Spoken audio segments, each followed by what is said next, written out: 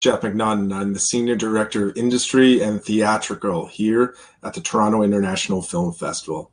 I'd like to welcome all of you to our dialogue session titled The Writer's Room. The conference is off to an exciting start with a masterclass from Viola Davis and Julius Tenen, as well as a micro session from our friends at Telefilm. This next session will focus on writers and how they are establishing their voice as avenues for premium content across mediums and platforms grow. Guiding our speakers through this conversation is the Blacklist Franklin Leonard. Before I turn it over to Franklin, who will introduce our speakers, I'd like to thank our lead sponsor, Bell, our major sponsor, RBC, L'Oreal Paris, and Visa, as well as our major industry supporters, Telefilm Canada and Ontario Creates. Also, a big thanks to Variety for being our media partner for our dialogue session. And without further ado, Franklin, the virtual stage is yours. Thank you very much, Jeff. Hi, everyone. It is extremely surreal to be doing this from my living room. When every year for the last 15 years, I would be in Toronto right now at the festival. And so this is one of those weeks when the reality of the world feels ever pressing, if only because of what we're missing. And the main reason for that is the extraordinary TIFF staff, Jeff and Anita in particular, but really all of the volunteers, any of you who are listening who have ever been TIFF volunteers in many ways, and I'm sure the festival tells you this, but you make the festival. And so I am missing the experience of being in film community with you, but I am overjoyed and incredibly appreciative of the incredible work of the TIFF staff to allow us to have a festival, even if it is virtual. And lastly, congratulations to all of you in the audience on being here. You've made an excellent decision. This is an extraordinary panel that I wish I could take credit for having assembled. Really, my primary role here was to say, yes, that's an extraordinary panel. I'll be there. And so we'll try to get to that as quickly as possible. My general rule is the moderator who moderates best moderates least. So we'll try to start the conversation off and have these three extraordinary writers talking. I may step in from time to time to interject your questions, which is a good reminder. There's a chat box in the bottom left-hand corner of your screen. If you have questions, you can add them there. As I see fit, I'll try to work those into the conversation. But let's get to it. We have three truly incredible writers today.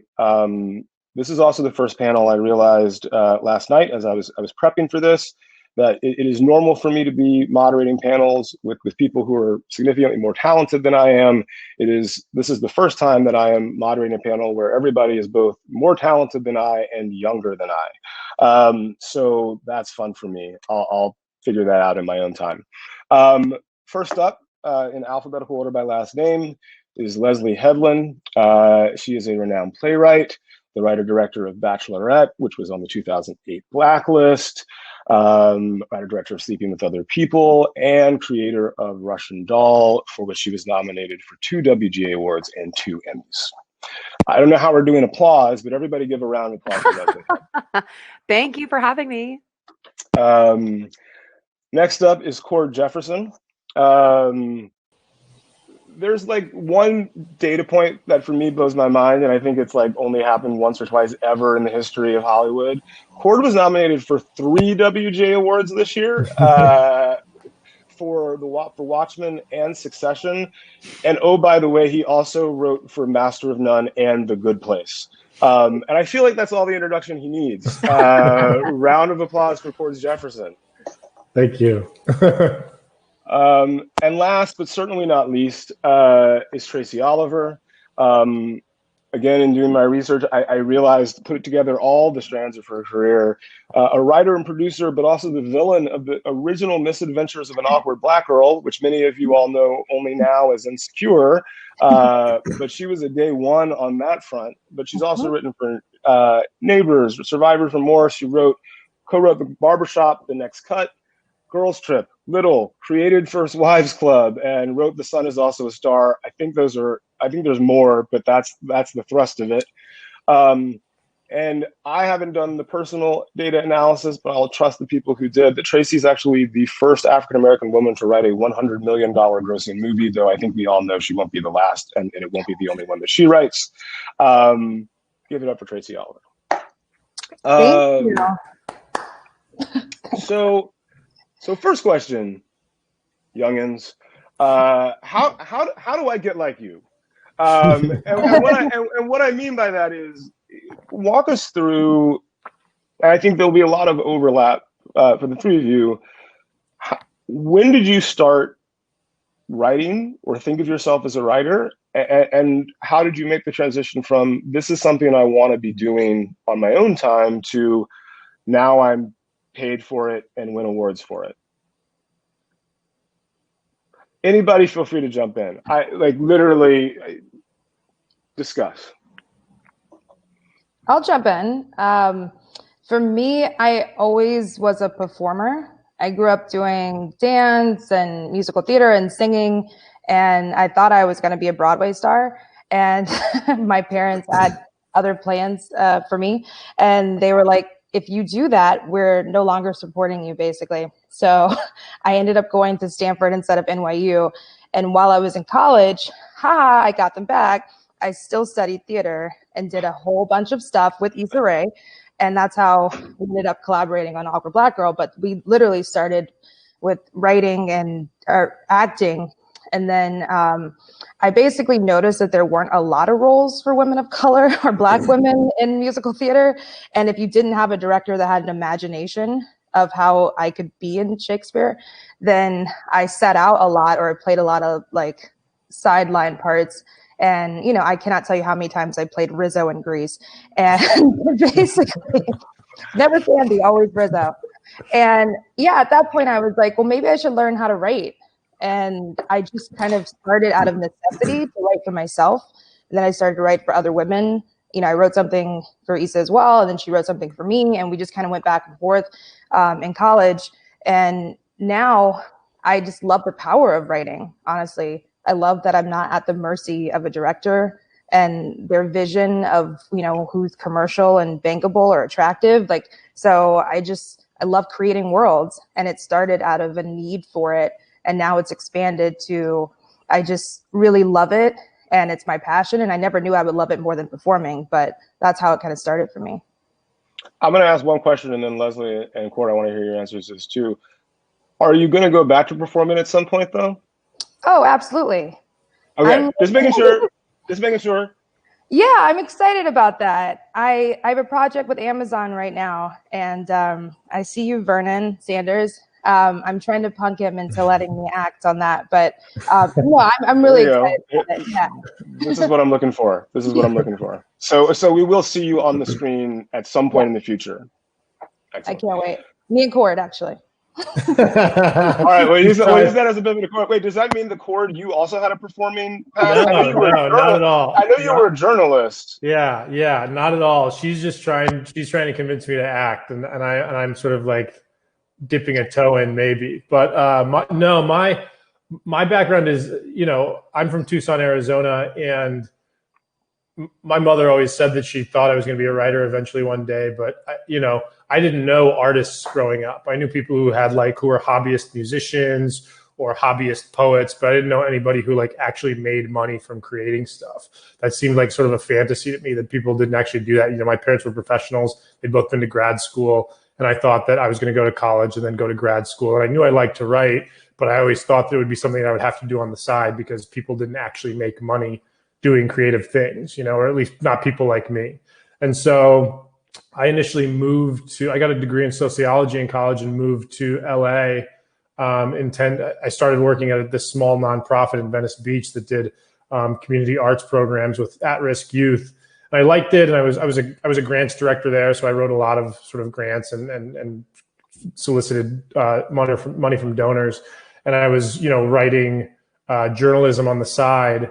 And eventually the amount of money that I was making doing freelance journalism for small alt weeklies in LA was the same amount of money that I was making at my day job, which was not very much at all. And I decided that if I'm going to make such little money, I should at least spend it doing something that I actually enjoy than something that I hated, which was my day job. And so I started out as a freelance journalist and worked as a journalist for about 7 or 8 years. And then one day a guy named Mike O'Malley had read some of my journalism and asked me to come work for his writer's room, which is where I met Tracy, actually. Tracy was like a very nice mentor for me and taught me a lot about my first writer's room. I went in there blindly, having no idea what I was doing, and Tracy and some of the other writers that we worked with made it much easier on me. And so I've been doing that. That was about 6 years ago at this point.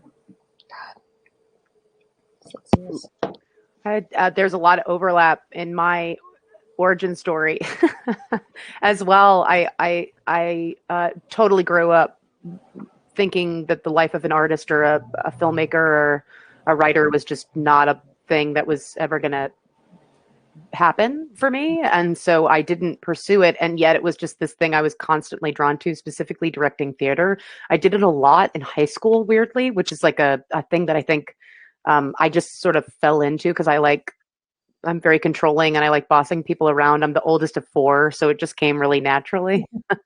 and I ended up getting into NYU Tisch because of all of that extracurricular activity of being in theater and being a theater kid. And my grades were bad and my my SAT scores were abysmal, but somehow I got into this top tier school via that interest. And so I kind of just decided to go down that route. And even as I got out of school, I just continued to direct theater with my friends. I started working with this theater company called I Am a Theater Company, which is run by Katie Lowe's of Grey's Anatomy fame. We had been, classmates, and she and a bunch of our friends started this theater company. And one thing that just was sort of annoying was that, a lot of the plays at that time, which was like, early 2000s. At that time, there were not the Jeremy O'Harris's and the Annie Bakers and the Michael Jacksons and the people that were creating stuff that you could cast younger people as. It was just like, hey, who wants to do Top Girls again? Like, who wants to do Neil LaBute again? And so I thought, well, I'll just start writing plays, like specifically for this company and specifically for this age range, and just what my experience is being a total weirdo in my 20s. And that's how it started. Those things became my sample. I got staffed on a show called Terriers at FX in 2010. And just kind of assumed I would be working in television from then on, but got the opportunity to do Bachelorette, one of my plays off Broadway. I got the opportunity then to write and direct it, which was shocking. They only gave me that opportunity after everyone else passed, but but it was still awesome. And yeah, I've been kind of doing it since then. But I really related with the kind of feeling of being a theater kid and just kind of becoming a writer, not necessarily out of necessity, but kind of going, well, why are we just going to keep doing the same stuff? Why don't we just do new stuff? And really wrote a lot of my plays at the time for female students at Tisch. That's kind of what I thought would end up happening with them, is that they would just become scene study pieces or audition pieces for them, because there were only so many times you could hear someone do the same Adam Rapp monologue. So and by the way, not to be rude about those guys, but they were the only game. They were the only game in town at that point, and it started getting weird, So I remember the Adam Rapp era where everybody was reading him, and rightly, but there are other things you can read too. Yeah, and I think that there was like a nice little wave that happened right after that of things kind of like the dam sort of broke in terms of the type of voices that people were looking for as in playwrights and theater. So, Tracy, are you going to write for theater at some point? While we're talking about theater, like as somebody who came from that world originally, even if as a performer, like does that appeal to you, or are you like, yeah, film and television? No, I'm always down for a challenge. And I think, Leslye, as you were talking, I was like, oh man, I miss theater. It's been it's been a really long time, but what I really love about theater is just the live performance aspect of it. And when I was in New York, I went back there for, to shoot my show, and I was just like, I miss this. I miss, and I'm very partial to musical theater at that. So I just miss the live part of it. And I used to get such a rush and a thrill from being on stage, and I love choreography and all of that stuff. So for me, if it's not theater, I'm thinking about like, is there a musical I can direct and write, and something that like still combines a lot of my interests, but in a different medium. But the theater aspect is very prevalent, and even when you do like a musical theater film, you still have a lot of that stuff that you're drawing from. And I don't know how people do it if they don't have any theater experience. It's such an advantage, honestly, to be able to, I don't know if you acted as well, Leslye, but did you as well? I did. Poorly, very poorly. My claim, the only person, this is a funny name drop as well. The only person that would cast me was the Janixa Bravo, because we were also classmates. Oh, that's really cool. Yeah, and for some reason she was always casting me in these shows, and I hope I was good. No one else would cast me though. Everyone else. Sorry? I mean, look, in retrospect, that's confirmation of your talent. That she was the one. Exactly. I feel very validated now. At the time, I was like, "Are you sure you want me to do this?" But I think the thing that Natasha and Janixa are now the same person. That what was interesting with Janixa was that we both kind of really enjoyed casting directors because they were a little bit more malleable in terms of doing stuff that was a little bit weirder, and her theater was so astonishing and just kind of groundbreaking and different. And so I just believed in her vision so much that, I was like, oh, you want me to do what? Great, I'll go do that. And you can imagine in theater school where that went. So I'm curious for you guys now. You have agents, you're very much in demand. How do you choose what you're going to do next? Like, as you think about sort of all the opportunities that are available to you, and like, look, it's not like you can do anything you want, but there's a lot of things you guys could do as your next thing right now. How do you think about that decision-making process? For me, it's a lot. It's a lot about instinct. I don't know how to describe it better than that. And I think there's what feels right, and also what feels additive. I think the last time I checked, there was literally 650 scripted television shows in existence. Like that, and, there is just and rising, yeah. Like there is just so much scripted TV, and I think that, and that's not counting all the reality shows. And I think that for me, everybody who makes TV right now will tell you that what terrifies them is the idea of spending years on a project and then it just not breaking through at all. Like, how many of us have turned on Netflix and been like, I've never even heard of this show, right? Mm-hmm. Like, I don't even know and it's like canceled already, and I never even heard of it once. Like, that happens nowadays. Like, you turn on any of these streaming services and like there's shows there that you've just never heard of, and it breaks your heart because the work that goes into making a TV show. How many thousands of hours and like hundreds of people are working on these things, and then it just doesn't go anywhere. And so for me, something that I really think about is like, what feels like it's going to add to the conversation and be like breakthrough. Like, what is this something that you can handle that is going to feel brand new and is going to interest people? Or is it just going to feel like somebody, like, this is going to be a show that people are just like looking at their phone and like scrolling Twitter and Instagram and stuff as they're watching it, right? Like, that's, I think that is sort of what guides me nowadays. Yeah, I want to interrogate that a little more. Does that mean that you are, amongst all the options, only considering the ones that you think can break through? But even once you sort of get to that pool of things, you have a set of stuff that is going to be on some continuum of riskiness, right? Like, there's I believe that this is interesting, but this may be a little too far and there's no way this ever gets made. So am I really going to deploy my time and sort of effort resources into this thing? Like, how do you, is it just gut, or like, how do you think through this is just enough risk that I think we can break through and be relevant and successful, or this is just something that like I feel passionately about but probably is not going to find an audience? Like, how do you think about that, or not at all? Are you talking, is that specifically to me? Yeah, specifically to you, yeah. I mean, unlike the two women in this chat, I have never had anything made of my own. So I will say that me answering that question is a little bit difficult because I have so far had nothing made. I've only worked on other people's things, so I would actually defer to them. Well, I won't ask them that question, but I mean, look, you're definitely you have opportunities to be on different shows, right? Like, as they're putting together the first season, and even that, like, okay, I have these, because look, I guess what I mean is, especially looking at your resume, okay, Master of None, Succession, The Good Place. Like, none of these shows are things that they are all best in class, universally acknowledged.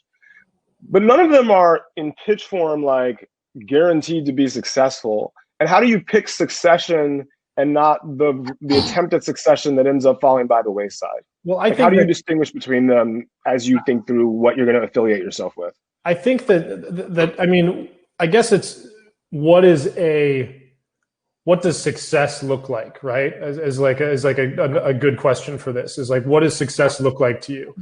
For instance, I think that you know, I can guarantee you that there's a lot of shows that have higher viewership numbers than I May Destroy You or Succession, and those shows definitely exist. So which is more successful, right? Is it the show that has millions of more viewers watching it, or is it something that I think is like a beautiful piece of art, like Russian Doll, right? I think that like, is it there's so my definition of success wouldn't be necessarily the show that has 50 million people watching its finale. My definition of success would probably be something that feels artistically true and authentic to the person who made it, and feels like, again, like it's additive to the conversation, like it's breaking new ground, right? I think that you're taking huge swings, and even if you fail, it's a spectacular failure that you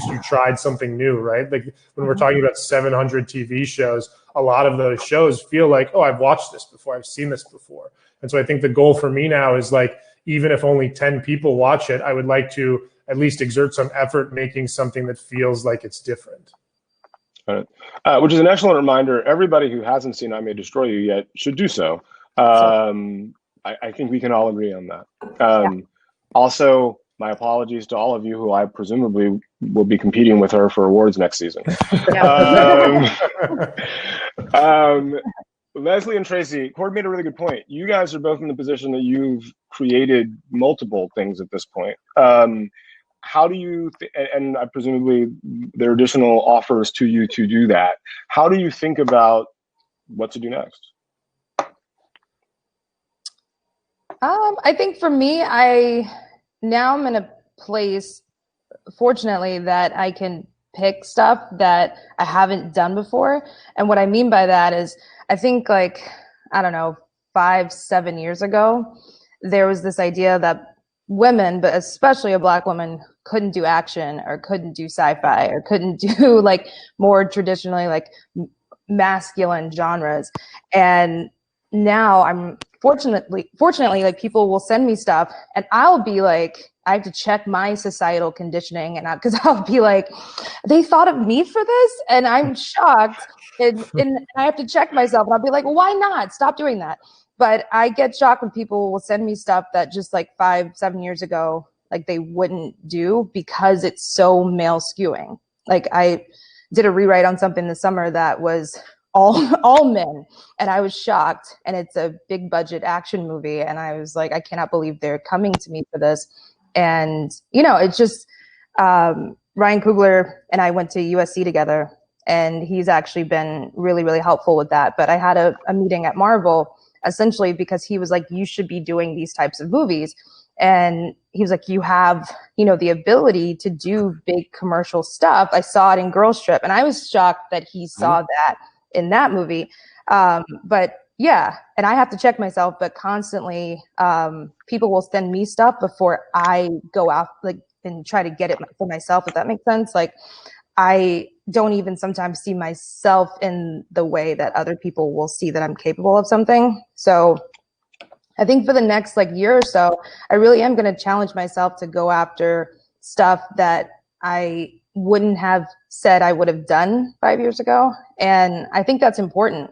I think that you should, for me, I want to keep like growing and learning and evolving as a writer. And in order to do that, you do have to push yourself to get out of your comfort zone, because there's a lane that I know really well that I don't even have to study anymore. I'm like, I know how to do Black women shit. Like, sorry, I don't know if you can curse, but that's my thing.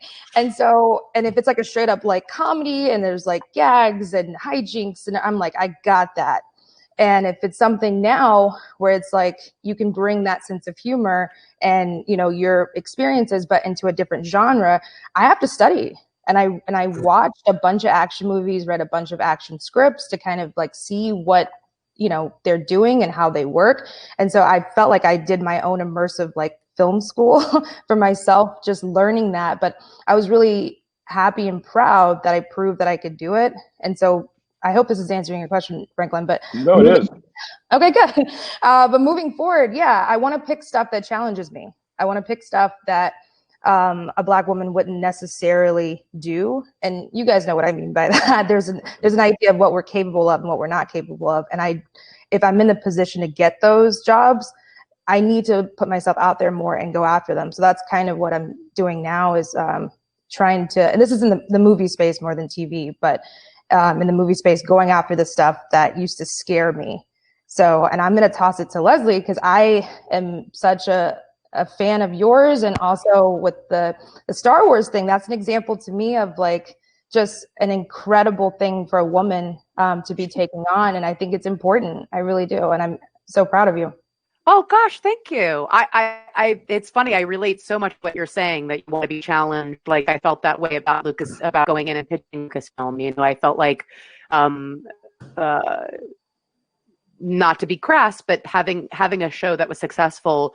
You know, my next kind of thought was what area do I think I can be additive in? Like what space and what existing IP is a place where I could, you know, really kind of stretch out my legs and get comfortable and dig in, you know, and it was, you know, something I was definitely, of course, very scared about in terms of, it's a space that, like you said, is not always super inclusive in terms of female-driven stories or people of color or LGBT stories. Like only, you know, mostly because we're looking at IP that dates back to many I almost said centuries. Sorry. It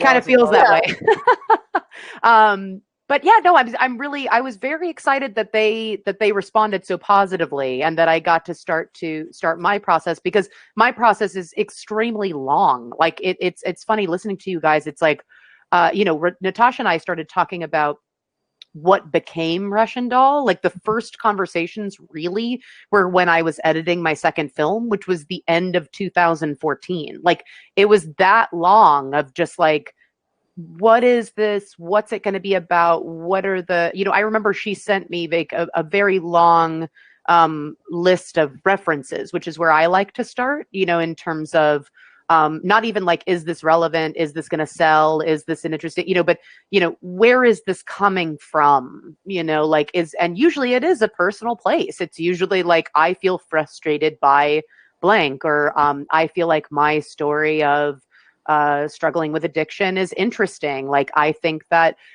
being a woman that didn't come out until she was 35 is interesting, you know, like, and where do I want to explore that, and within what parameters? So, you know, I think that what's funny is that as opposed to kind of thinking, you know, what's my next move going to be? Is this the right move? You know, it just becomes what am I drawn to? What kind of consistently shows up in my inbox? Like what is the world saying yes to, you know? And Russian Doll was absolutely one of those. I mean, so many times when we were working on it, and, you know, the pitch materials with Amy and Natasha in like 2016, you know, I honestly in the back of my head thought, you know, they're never going to buy it. You know, I was just like, this is just bonkers. Like they, you know, this is insanity. Like, you know, I care about it. I love it. You know, but the relevancy or its value as a piece of business, you know, of course I think about it, but you know, I kind of think about it in terms of like, I'm sure they're going to pass, you know, like, but I also trust that they, you know, I feel like that's so, you know, Netflix's job or, you know, the job of your execs is to say like, listen, this is what we think would land better. And whether or not you agree or whether or not you know, get on board with it, it is just an interesting conversation to have. And so as a result, I kind of don't think about it until someone on that side of it brings it up to me. Otherwise, I feel like, well, where can I put my, energy? How can I, especially now, and working on something that's so large, I do think like in my spare time, I would love to be additive to other people's projects, like as opposed to, I never really had a mentor, like, and so it is exciting to me to say, yes, send that script over. I'd love to give you notes. I'd love to pass it along. I'd love to see if I can help, or, if you're looking for a director. I do kind of admire that that's something that happens in our business. I just wish it happened more often between, or I wish it was, it does let me rephrase that. It does happen a lot. I wish it was rewarded a little bit more, in terms of, does that make sense, or am I being obtuse? No, it makes sense to me. Something else that I think that, piggybacking off of what both Leslye and Tracy said, I think also is that, and the work that I think you guys do, actually everybody in this room does, including you, Franklin, is that I think that we are finally getting to a place when, women and people of color and queer people and other minority groups can be represented in TV and film as just human beings. And what I mean by that is like we're fine. I found that for so long, and this persists a little bit to this day, but I think we're finally getting to a point when it's like you can start having films and television centered around the lives of Black people that aren't about those Black people overcoming white racism. For so long, that was like every prestige film and TV show about Black people was centered around Black people overcoming, instead of just like Black people living their lives. And like that's what I'm drawn to. Also, I'm sort of way more drawn to those kinds of stories nowadays. Like I think that Moonlight, for instance, is brilliant for any number of reasons, but one of the reasons it's brilliant is just because it's black people living their lives. It's not about Black people interacting with white people and the way that white people are oppressing Black people and Black people needing to overcome that oppression. It's just about Black people living their day-to-day lives, and it's like a story told just about these human beings. And I think that I'm much more drawn to those kinds of things and those kinds of stories that center around Black people just living their lives as human beings and doing a lot of the things that human beings do, as opposed to fighting against racism. I was just going to add very quickly. I think that's so brilliantly said. It just reminded me of, and this is just honestly headcanon, so I apologize ahead of time, but when we were writing Russian Doll, the character of Alan, played by the brilliant Charlie Barnett, was a character that I felt like I was channeling a lot of my own repression of my sexual identity and my queerness through. And we did talk about, like, do we explicitly, make this person, do we, and I was reluctant to, I don't know if it was the right choice or not, but what you just said, Cord, reminded me of that struggle that I had, where I was like, I would really like people to just relate with the feelings, as opposed to, I mean, I don't know if it was the right choice, but I do like the idea of like this really awful experience that I went through. I think more than just queer people can relate with, and perhaps I will code him in a particular way so that it feels like that is a part of his character. And if you read into it, you can see it. I don't know if that's the right choice, but I did love what you just said about, not every person that's struggling with their queerness. And my story was exactly his, which was like throwing myself against this like concept of perfection, of specifically hetero perfection, in order to feel like I was going to finally belong. By the time we got to the part where he was having that monologue of like, my brain is trying to kill me, like it just, I was reluctant to say like, this is a queer story, because I wanted everyone to know that if you're feeling this way for whatever reason, it's heartbreaking. We see you, we love you, and hopefully this brings you some, artistic and creative relief. But I don't know what you guys think about that. It was something I really talked with Natasha and Amy about a lot, and we just couldn't quite. We ended up making that particular decision. But I'm curious what you guys think about that. I want to jump in and add one additional layer of complexity, because you said something, Leslye, that I've never heard it expressed quite that way, but it's almost a craft question for you guys when it comes to character.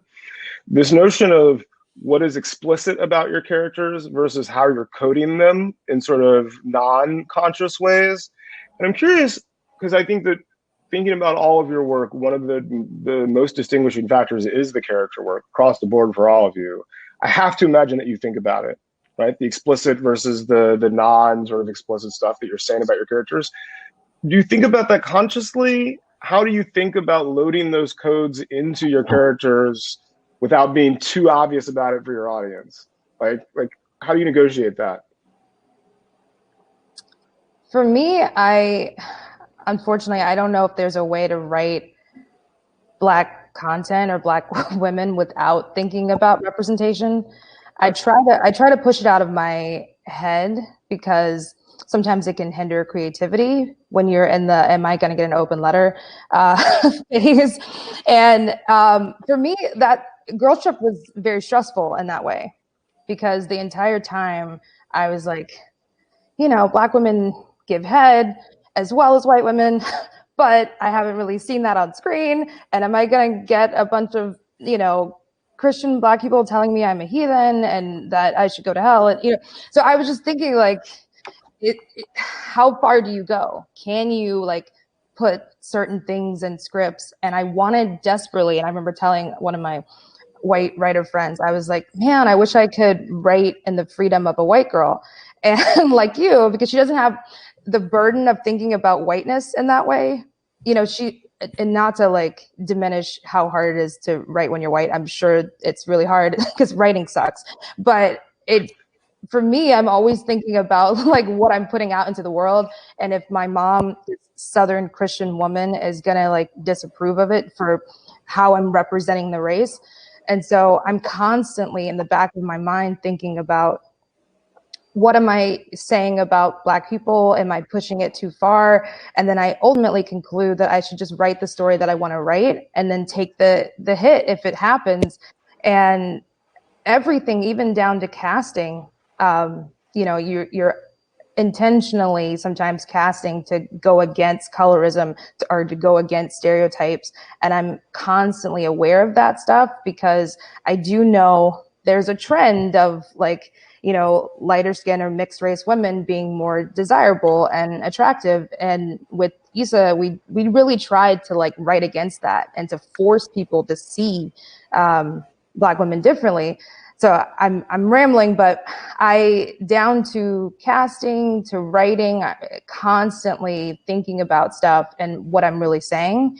And, ultimately, I don't think I'll ever let it go because I don't know how to write totally free of all of that stuff. But also, I think in some way it's been helpful for me because a lot of people will say that my characters feel authentic and they feel real. And it's because I care. I really do actually stress myself out over what I'm putting down and what I'm writing about and making sure that it feels authentic to the community that it's trying to reach. So I do love the audience in that way. So I respect them, but I also am like, y'all ain't gonna hem me up and not let me create the stuff that I want to create. So it's a dance constantly and it's hard, but I care and I don't care, if that makes sense. I can't care too much if I want to write, gags that are in Girls Trip and stuff like that. Leslye and Cord, how about you guys? Go ahead, Leslye. I think Leslye already answered the question. That's how we got here. Oh, you know what? Let me jump to a different question. Honestly, the only thing I would add, because I think Tracy put it beautifully, that's really the end game is you write what you write because you care, and that's period, end of sentence. So I think that was so well put. The only thing I would add is one of the exciting things about working in the sci-fi space is that specifically queer and racial coding is what's the word, rampant in that genre. It's an easy shorthand to explain your world building, and it's something that you can see very clearly in everything. Even with something like even you go to Tolkien, his conlang is all based in, what type of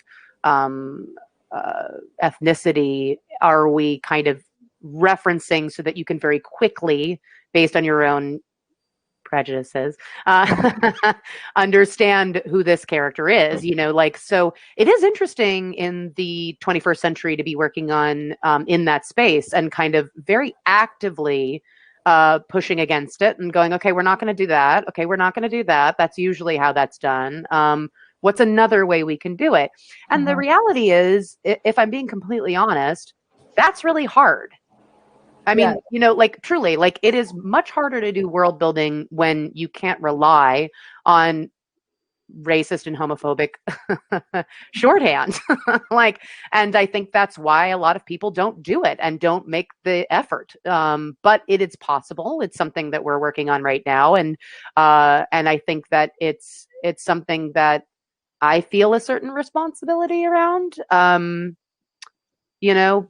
I don't know. That was the only thing I was going to add, is that, it is personal and it is your own community. And then I'm moving into this space that I haven't worked in yet, despite Russian Doll having some sci-fi elements to it, and kind of going like, oh God, what are we going to do? How are we going to utilize, our design elements? And so as a result, I work with a designer and with a dramaturg at the same time as creating worlds and characters and costume design, so that I can have this, both accountability, but also these extra heads, extra brains. More brains, usually better. So this is a sort of riff on a question asked by Paul Caleras in the audience. He was specifically interested in how one goes back and forth between writing drama and comedy. Cord, you're obviously bouncing around quite a bit in that realm, but I think all of you are, truthfully. And then I would add the additional layer of that, and Leslye and Tracy, you're both jumping back and forth between film and television on top of it. And how do you, again, as writers, this is more of a sort of lifestyle and craft question, how do you negotiate going back and forth between these things that might be very different, or at the end of the day, are they not that different? Like, how do you manage all of the various plates you have spinning from a genre and narrative perspective? Cord, we'll start with you because it was asked by the audience to you, but I'm interested in all of you guys' thoughts on this. I think that, for me, the distinction between comedy and drama is just so arbitrary at this point in history. I think that, like, what do those even mean? I laugh so much at Mad Men, and I laugh so much at Succession, and then you watch a show like Barry that has a sort of like deep intensity about it, where like there's moments of Barry that's a comedy show that like, spoiler alert, but it's years at this point, where like he shoots his best friend in the face, and that is like, to me, that is a much more that's as intense as any moment. And it's not a comic beat either. No. That to me is as intense as any beat that was in Breaking Bad, right? So like the idea that these distinctions even matter anymore is like, I think that people just want good storytelling, and so that to me is sort of what I think about when I approach stuff now. Is like, I sort of still approach things thinking like, is this going to be a half hour or an hour? But I don't approach things anymore thinking like, is this going to be funny or dramatic? I think that I want to make things that feel like they're both. And I think that the sort of audience is sophisticated enough nowadays that they're expecting that. They sort of don't expect that, like, I'm going to watch a half hour and it's going to be like sitcom-y and there's going to be a lot of laughs and I'm going to leave feeling like I just experienced something incredibly light.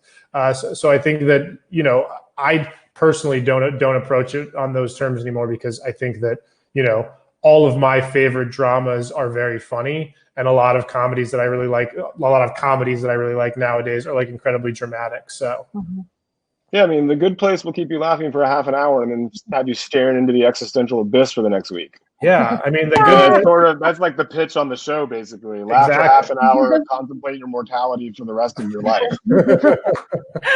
Exactly. Tracy, Leslye? I'll say for me,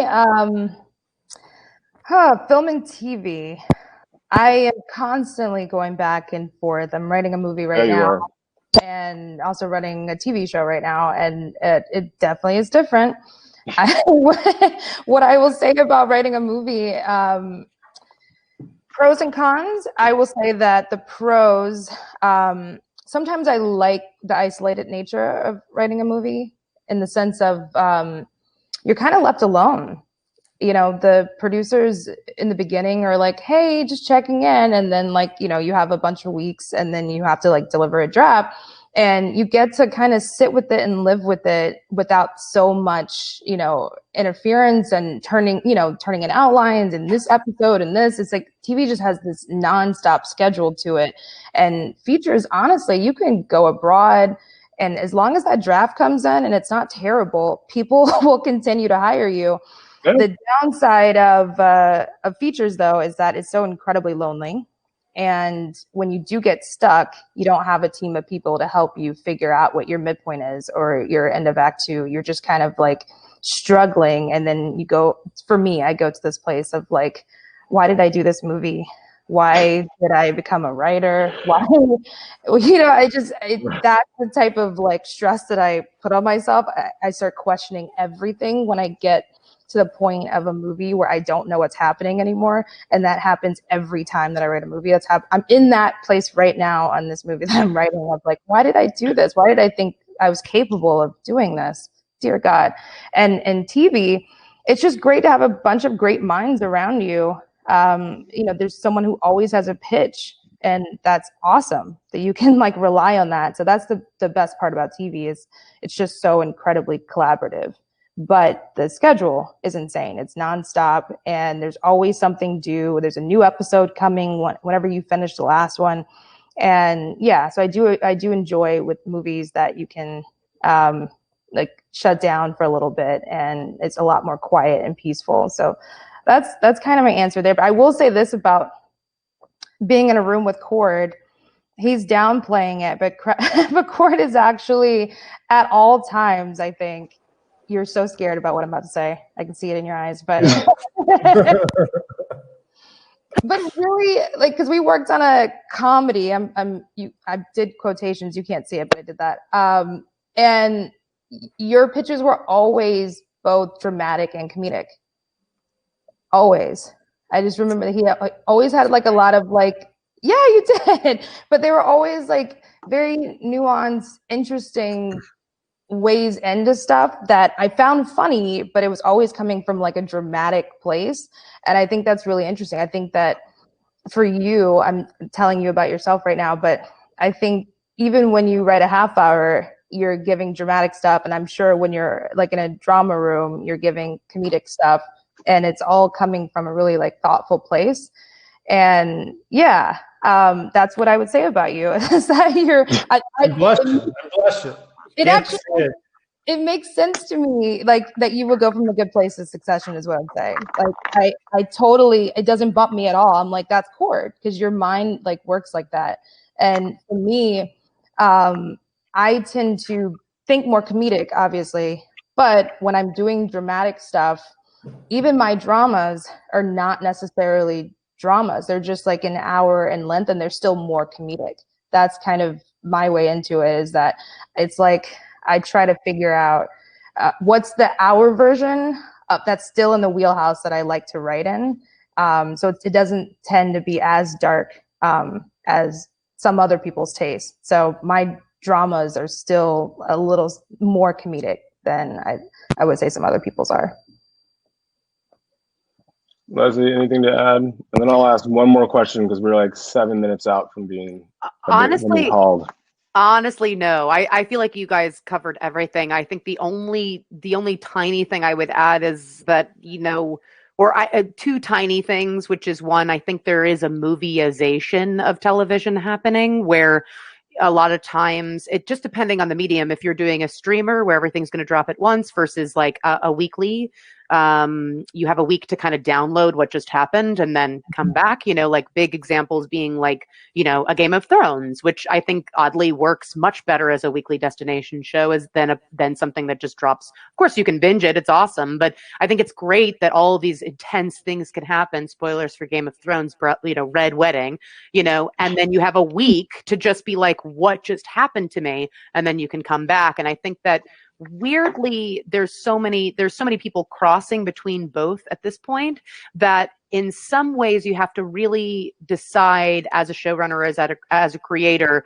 how are we going to parse this information out? And are we going to do it in a little bit more of a 3-act structure, except it's, 4 hours long, or are we going to do it in a more serialized, version? I mean, I think Watchmen is an excellent example of a show that one really benefited from being able to dissect and get a part of the discourse and meditate on each episode, and really think like, what did I just see? How does that connect to everything else I've been watching? How does it connect to me personally? And then something like Russian Doll, which we specifically designed to be binged all at once. You know what I mean? Like, it's like, I don't think that's a show that if you were sitting around for a week, you'd be like, sorry, what was happening? I think it feels like that, you get to that end of the 3rd episode, hopefully, and you go, oh my God, yeah, I want to keep watching. Like, let's keep going, and so I think that's also a consideration to be made once, moving into the television world is the streaming versus weekly kind of vibe, as well as everything else that Tracy and Cord said. This is a great transition to my final question. COVID-19, everybody's talking about it. It's what's hot right now.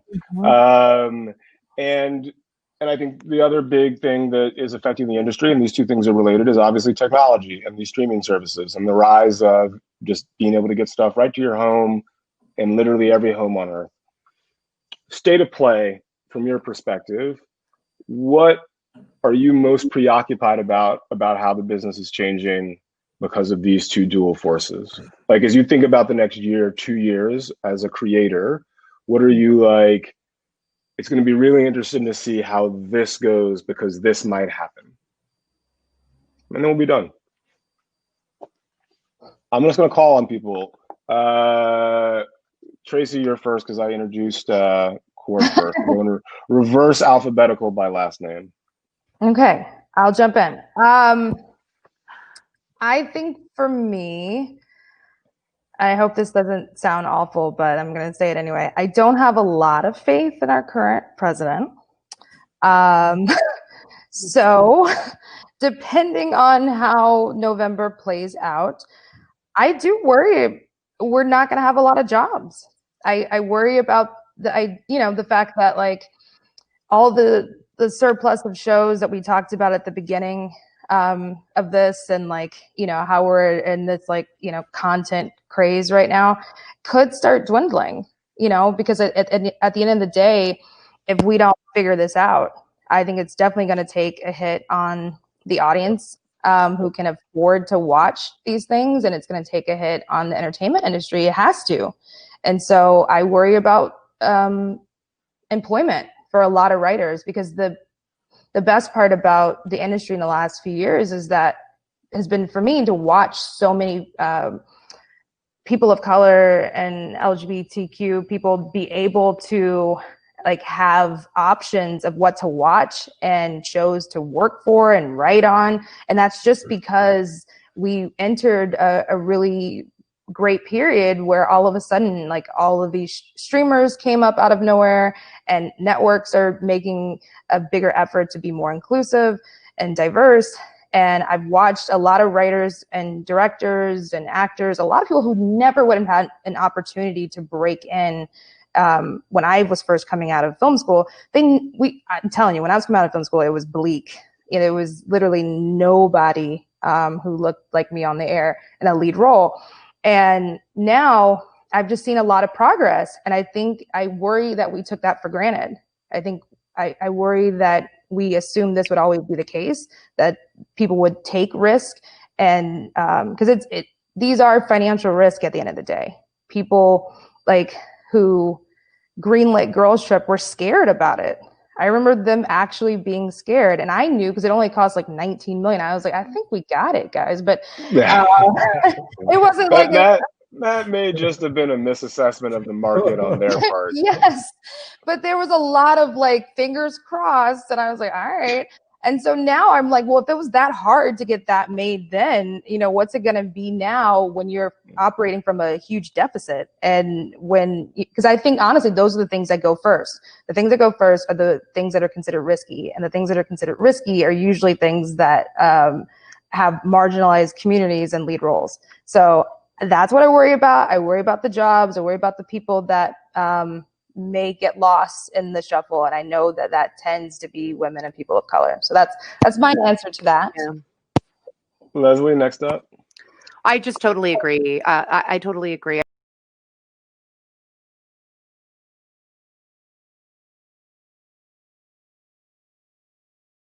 Again, I take forever. So in a way, because it just happened to coincide with moving into development, I just haven't been quite as affected, meaning, you know, I didn't have something, I mean, Russian Doll was about to shoot, but I was deep in development in something else. So it was kind of an easy pivot of just like, okay, great. So I'll just go work on this. And so, but every time I've kind of like moved out of my own, you know, work and the deep work that I'm doing, I would say I feel similarly to Tracy. Like, I do worry. I don't have a lot of faith in, you know, what's set up for the system. I'm concerned about how to create space and opportunities for people when it's going to become basically in my opinion, Hollywood does run on a certain amount of fear. A lot of that fear has to do with scarcity, you know, like so when actual scarcity happens,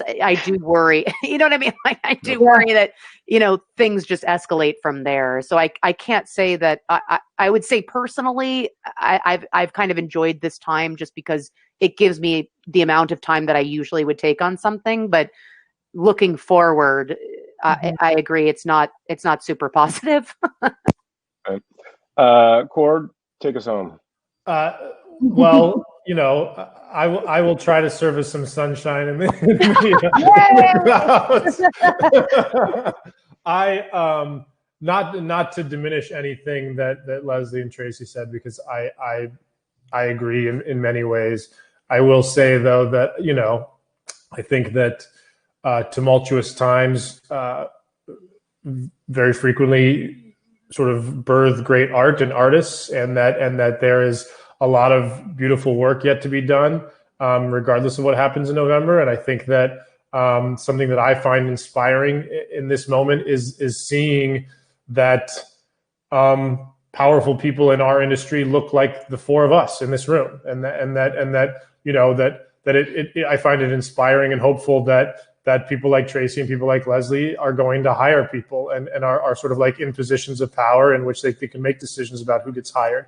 And even if the jobs are scarce, I think that, and I haven't been working in this industry for 50 years, it feels like, you know, the people in positions of power are increasingly people who look like the four of us. And I think that that's a good thing. And if more people who look like us and think like us are in positions in which we can hire people who haven't had opportunities before in this industry, I think that is a cause for optimism, hopefully.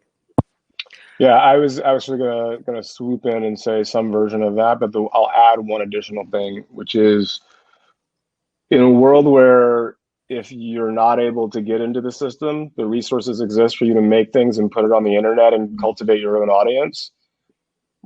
I know for a fact that the talent is out there of all sorts. And so, if only because of technology, no matter what scarcity, the perception of scarcity exists, at the end of the day, in the very near future, the people that are running these companies are going to be in a position where they're going to have to embrace that talent, or they're going to be irrelevant. And I agree. That gives me hope as an audience member, but also as a person who's part of this ecosystem. So we are way over time. I don't want the people at the festival to be mad at me, because I'd like to be able to come back when we're allowed to after the pandemic. Anita and Jeff, thank you again so much. And thank you all for joining us. And most importantly, Cord, Leslye, Tracy, thank you so much for this conversation. Thank you. Thank you. Had a great time. Thank you. Great.